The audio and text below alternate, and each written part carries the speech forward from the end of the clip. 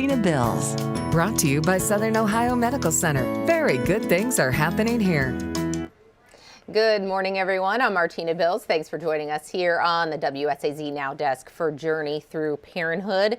This morning's topic, we are talking about the rate of infant mortality. This is something that the Centers for Disease Control released new information recently, and for the first time in 2 decades, in 20 years, the infant mortality rate in our country rose. So again, in the first time in about 20 years, the infant mortality rate rose by about 3%. And that has a lot to do with a woman while she's pregnant and the care she receives during her pregnancy and the care she takes care of herself after the pregnancy and that child's first year of life. So this could be anywhere from a infant being a newborn to all the way through their first year of life, where these statistics are calculated from. So I talked with Dr. Andrea Keller. She's an OBGYN at Valley Health, a little bit about what this means to her as she cares for pregnant women in our region on a daily basis.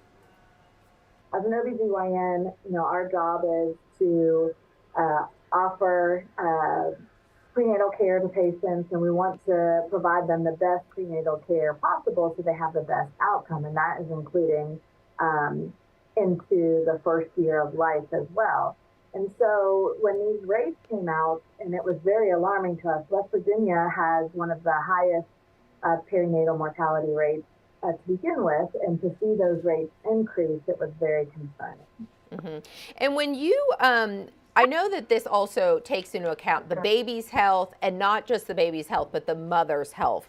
So how do you correlate these kind of statistics overall to an infant and their mother? So these rates, the perinatal mortality means infant death up to the first year of life, and that can include during delivery, as well as up to 12 months of the infant's life. And so when we looked at these rates, the real increase was early on, and it reflected the increase in infection rate, infants dying from an increase in infection rate. So that was really alarming. The other concern was access to healthcare. And that was from a pregnant patient up to a pregnant patient, and after the child was born, access to a pediatrician. So that was where the rate really was impacted. Mm-hmm. And, when you're treating these mothers day in and day out, you actually just came out of a C-section delivery right before this interview. Let's be honest here. You treat these mothers on a daily basis. This is your life, your career. How do you go about treating these expectant mothers to help maybe these rates actually decrease, hopefully, during the next how many years? So the real important thing is to provide access. So one of the biggest concerns, especially here in West Virginia, is are these mothers able to access appropriate care, prenatal care? So that's the first, is improving access. The second thing is decreasing comorbidities, meaning infants born in women who smoke, in women who have elevated or hypertension or diabetes, their perinatal mortality rates are increased across the board. So regardless of where a patient lives, if they don't have appropriate access, or if they have comorbidities like smoking and high blood pressure and diabetes, that also increases this rate. So if we can identify those comorbidities, help women get access to quitting smoking, help women treat their high blood pressure and their diabetes during pregnancy, we think that can definitely decrease the perinatal mortality rate. And Dr. Keller, I know that's something Valley Health has always, where you work, has always been something that they have a wide variety of patients, and they really do try to provide that accessibility to those patients. Talk a little bit about how rewarding that can be, though, for you as a doctor here in our region.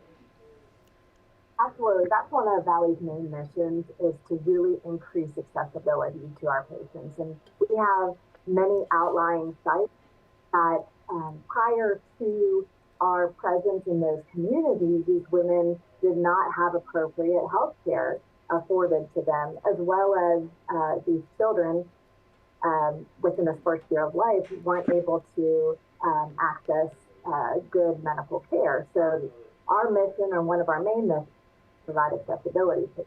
It is very rewarding for us because these patients that once were unable to get appropriate health care, once we are able to provide them with appropriate health care, these patients are very thankful. It's not that they don't want to go to the doctor, they were really unable to get to the doctor. And what about, when a woman, she comes to see you in the office several times over the course of that pregnancy, but what happens after to get those women to continue coming to a doctor regularly once that baby has been born, and to keep that baby healthy as well? I mean, the one thing is we have to make it easy for women and families to get to the doctor. So that includes helping them with transportation, doing virtual phone visits, just making access to patients easier for these patients will really be helpful. The other thing is, we make sure that we're open, and when patients call and have any questions, we're very good about getting patients in. We want to see these patients, and we want to be accessible to these patients. Okay. And Dr. Keller, is there anything else that you can think of that you wanted to make a point when you're talking about these kind of statistics, and hopefully this changes again in the future when we see these statistics be published once again? Well, 2002 was just a small blip. It increased up to 30% higher than it had past, but we really need longer to figure if this is an uptrending statistic or if it's a blip, and hopefully over these next few years, really. So Dr. Andrea Keller with Valley Health, talking about the infant mortality rate increasing for the first time in 20 years by about 3%. And, something she said that Valley Health really does provide a service to in our community is the access to prenatal care.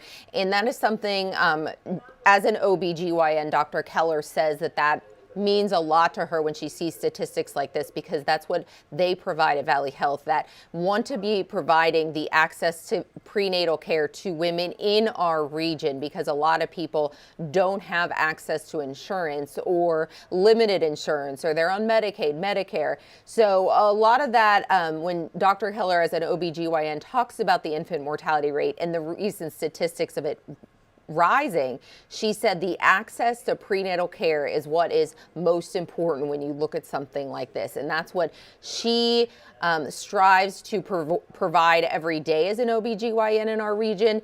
And she hopes to not only provide the prenatal care, but to continue to care for that woman after, and really provide resources that woman can continue to have care for the child and the rest of their family.